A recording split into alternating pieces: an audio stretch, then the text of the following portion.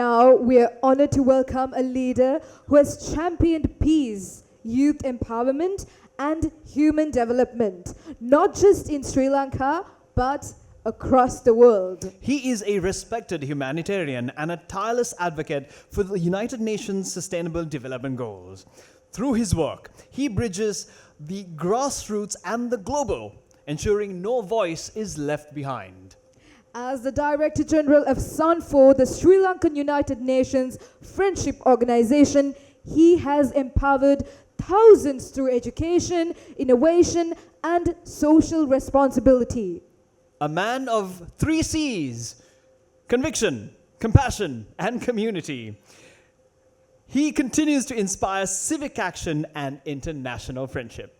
Exactly. Please join us in welcoming to the stage ආයුබෝවන් වණක්කම් නමස්තේ හජිමේ මස්තේ good evening for all.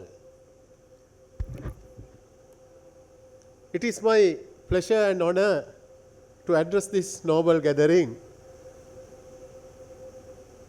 who came all parts of the world to even my home country Sri Lanka because of the visionary leader that your invited organization head, none other than Professor G.D. Singh and I think the Madam Singh.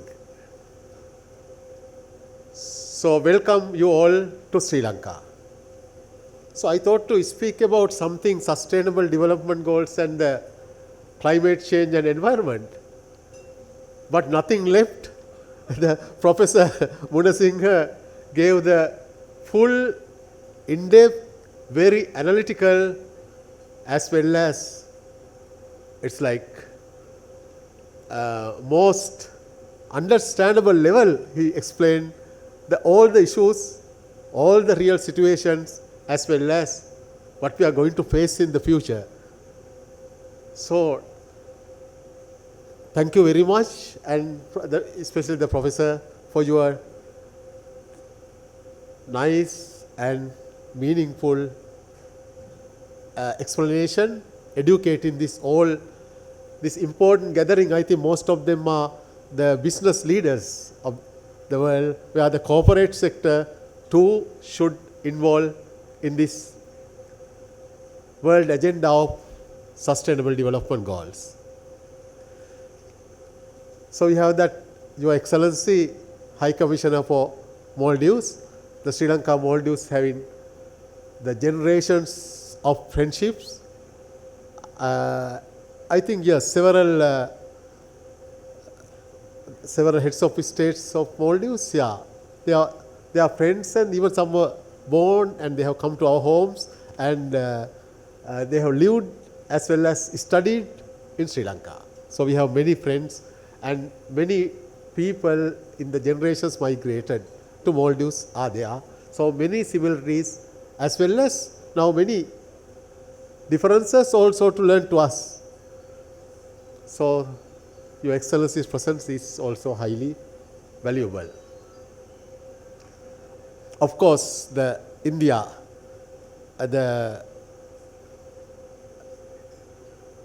we can remember with our gratitude the historical combinations, linkages, as well as the friendship between India and Sri Lanka. So Sri Lanka, the majority is Buddhism, but we are a multi-religious country. The Buddhism came from India. The Lord Buddha that gave that the vision of the Buddhism, the philosophy came from the land of India.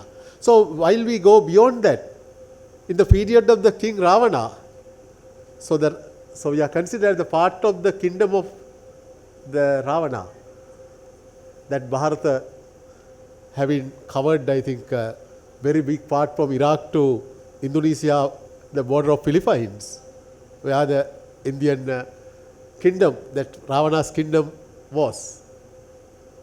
almost all the great philosophies, many rishis, many civilization to the world came from India. It went from India, that knowledge to the world as the Aryan and the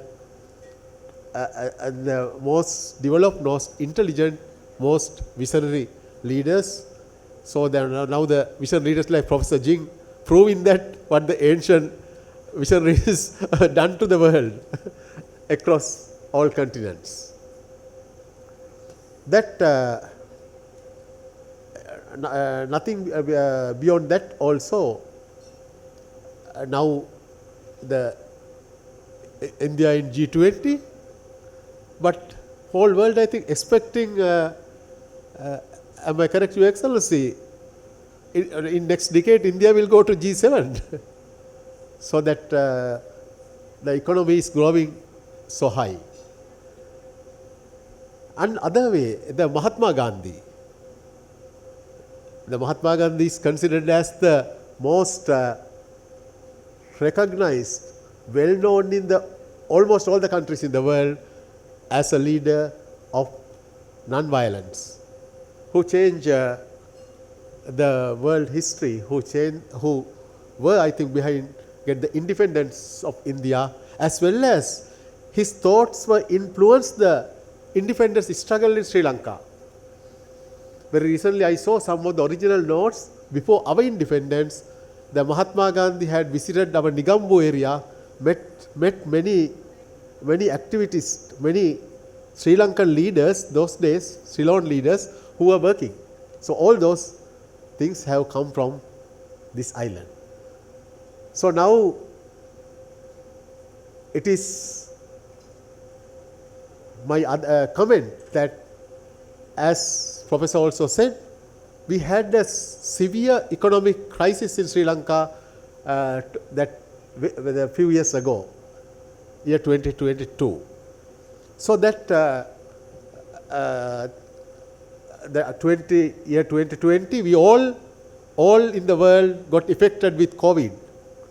After the COVID, we had to face the most economic crisis in Sri Lanka.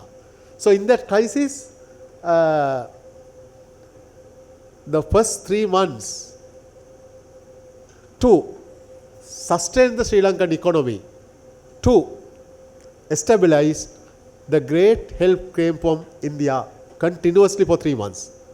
It wouldn't have happened that time.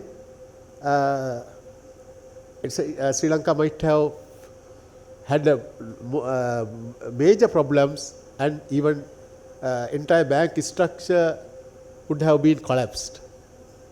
So we thankful for that, and this type of events, the global gatherings, you select the venue as Sri Lanka, also very much appreciated. So while telling those some of these facts, and it is my heartful appreciation to each and every one of you came from different countries to this land. So I heard some of you are coming to Sri Lanka the first time.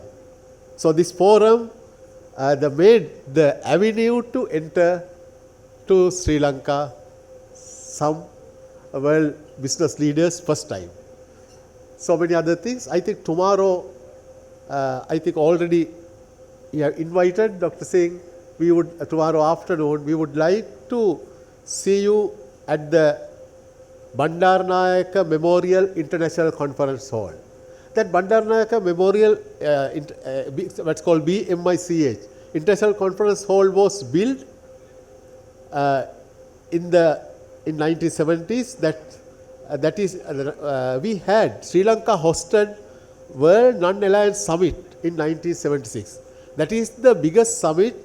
More than 150 world leaders, more than 150 heads of states were in Sri Lanka for that summit. I think tomorrow you are sitting on the almost same chairs where the 150 world leaders sat at BMICH. So that World Non-Alliance Conference was held particularly for that BMICH build. also the Sri Lanka having that some fact. If I ask from you, I think you, most of you are aware, who is the world's first women prime minister or the women's head of state? World's first women head of state. Anyone could be known? Yeah, correct. With Sirimao R.D. Bandaranaike. So Sri Lanka produced first world prime minister in the whole world. And yes, India produced the Indira Gandhi. So other countries later we had lot of heads of states, but Sri Lanka is the world's first women prime minister. So tomorrow 1:30 p.m. to 1:30 p.m. You will visit the world's first women prime ministers museum, also inside the BMICH, as well as her husband also was a prime minister, and the husband S.W.R.D. Bandaranaike, late prime minister, after his assassination, the Mrs. Sirma Bandaranaike became the prime minister, and she won 4 times. She was the prime minister for 4 times. Later her daughter also became the prime minister, Madam Chandrika Bandaranaike Kumaratunga, living now, and sometimes possible you may meet her, and also her son became the speaker of the parliament. So that family, 4 members out of 3 heads of state, one was the speaker of the parliament. So that Bandaranaike Museum, S.W.R.D. Bandaranaike Museum also you are visiting. We have arranged a special visit tomorrow afternoon. After that we have some assembly at the Diplomatic Studies Center, we call the BCIS Diplomatic Center, some assembly, and you will be welcome and honored tomorrow afternoon. So giving that invitation to you all, I conclude my speech, and I was not expecting a speech also, but I was after coming here I was told I have to say something. So once again welcome to Sri Lanka, once again welcome to SUNPO. SUNPO is originated as Sri Lanka UN Friendship Organization, headed by the Speaker of the Parliament, and with the blessings of the then the UN Resident Coordinator Mr. Peter Witham, and 25 years ago in 1999. So now the SUNPO became as a global organization. First organization went from Sri Lanka to the globe, that over 150 countries, and yes, many events. This month we had yesterday that with some ministers and all in the Nepal in Kathmandu, and next week with the Thailand, King of Thailand in Bangkok. Like that, many events are happening globally. And India, India we had several events. One time we were invited and I spoke together with the Economic Affairs Minister of India in Delhi.